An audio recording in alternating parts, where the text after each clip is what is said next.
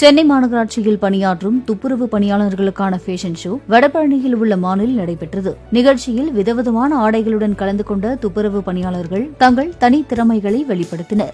நீங்க எல்லாருமே எங்களுக்கு மிகப்பெரிய இன்ஸ்பிரேஷன். நீங்க மத்தவங்களுக்கு என்ன சொல்ல நினைக்கிறீங்க? ஏன்னா நாங்க உங்ககிட்ட நிறைய கத்துக்கணும். இவர் 5 லட்சம் ரூபாய் மதிப்பிலான டைமண்ட் நெக்லஸ் ஒருத்தவங்க மிஸ் பண்ணிருந்தாங்க, அதை மீட்டு கொண்டு வந்து கொடுத்தாங்க. ரொம்ப தேங்க்ஸ் மேடம். உங்களுக்கு வந்தது நாங்க தான் உங்களுக்கு தேங்க்ஸ் சொல்லணும். அவங்க என்ன சொன்னாங்க? நீங்க கொண்டு வந்து நகையை கொடுத்த பிறகு அவங்க என்ன சொன்னாங்க?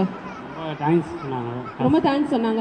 அந்த வார்த்தை தேங்க்ஸ் அப்படின்றது வார்த்தை கிடையாது, அதுக்கு பின்னாடி அவ்வளவு உணர்ச்சிகள் இருக்கும். அது எல்லாத்தையும் கொடுத்த காரணமானவங்க இவங்க தான். இந்த மாதிரி நிறைய பேர் ஒரு பஸ் சுமத்துல இருக்காங்க. அவங்க எல்லாருக்குமே இந்த இடத்துல, ஏன்னா எல்லாரும் வெவ்வேறு மண்டலங்கள்ல பணி செய்யறவங்க. இவங்க 2 பேரும் ஜோன் 10ல பணி செஞ்சுட்டு இருக்கிற 2 பணியாளர்கள் இந்த இடத்துல வந்திருக்காங்க. மழைன்னு சொல்லும் போது நம்ம எல்லாருமே மிக்ஜாம் புயலை கடந்து வந்திருப்போம். அது சென்னையில ஒரு மிகப்பெரிய பாதிப்புகளை ஏற்படுத்துச்சு. நம்ம யாருமே வெளியே வரல, மக்கள் யாருமே வெளியே வரல.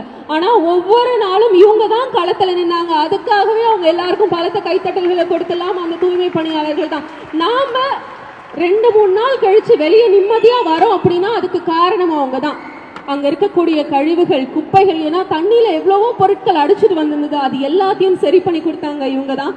அந்த மிக்ஜாம் புயல் பத்தி எனக்கு யாராவது பேசுறீங்களா? அந்த மொமெண்ட் எப்படி இருந்தது? அந்த இடத்துல நீங்க உங்களுடைய பணிகள் எப்படி இருந்தது?